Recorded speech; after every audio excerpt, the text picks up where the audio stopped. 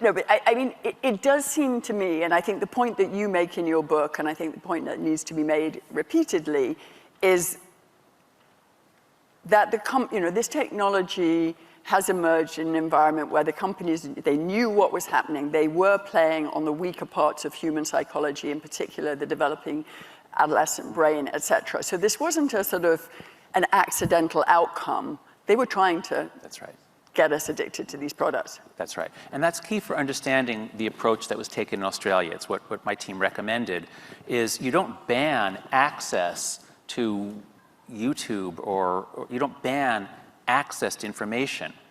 You focus on the moment of account creation, which is a moment when a child signs a legal contract to give away all of her data and images forever to a predatory company with a gigantic long terms of service, and they'll know everything about you, and they'll use it to, so my question to all of you, if any of you have doubts about whether we should have an age limit, what do you think the age for that should be? To do this without the parent's knowledge or consent.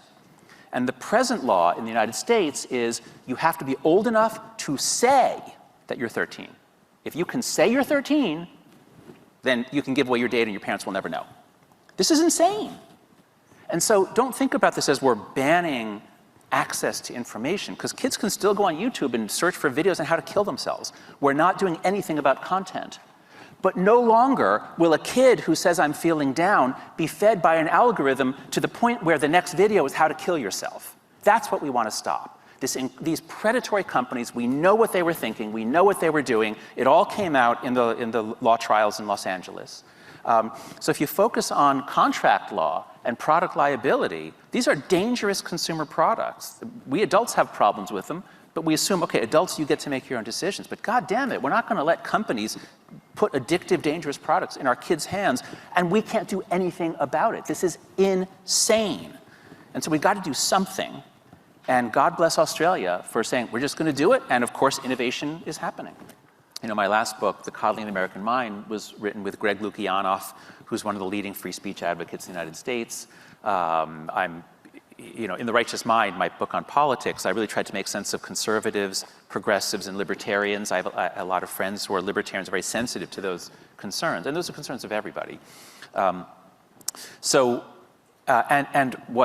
what Meta is trying to, or what some people are trying to promote, is the idea that those of us who want an age limit, what we really want is a papers, please internet. Oh, you can't go to this site until you show me your papers.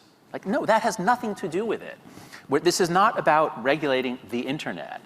This is about age limits on a certain category of products that are harmful to children. It's very important that these methods preserve privacy. I think actually what Pornhub says it wants is actually pretty instructive here. So when 1 or 2 states in the US said you have to identify, Pornhub shut down in those states, but they had a big announcement saying, we don't want to have kids.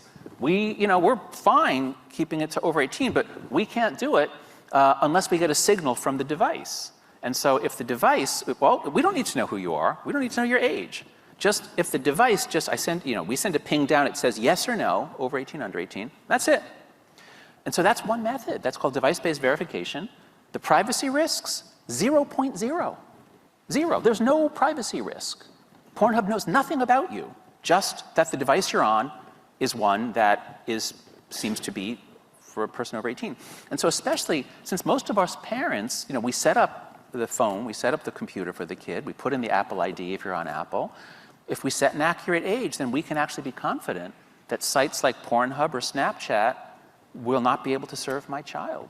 So that totally respects parental choice, parental rights, and is 100% privacy preserving. So now that there's a market for companies that can do age authentication, we're going to get the normal process of innovation in a free market society, which is companies are going to struggle and fight and innovate.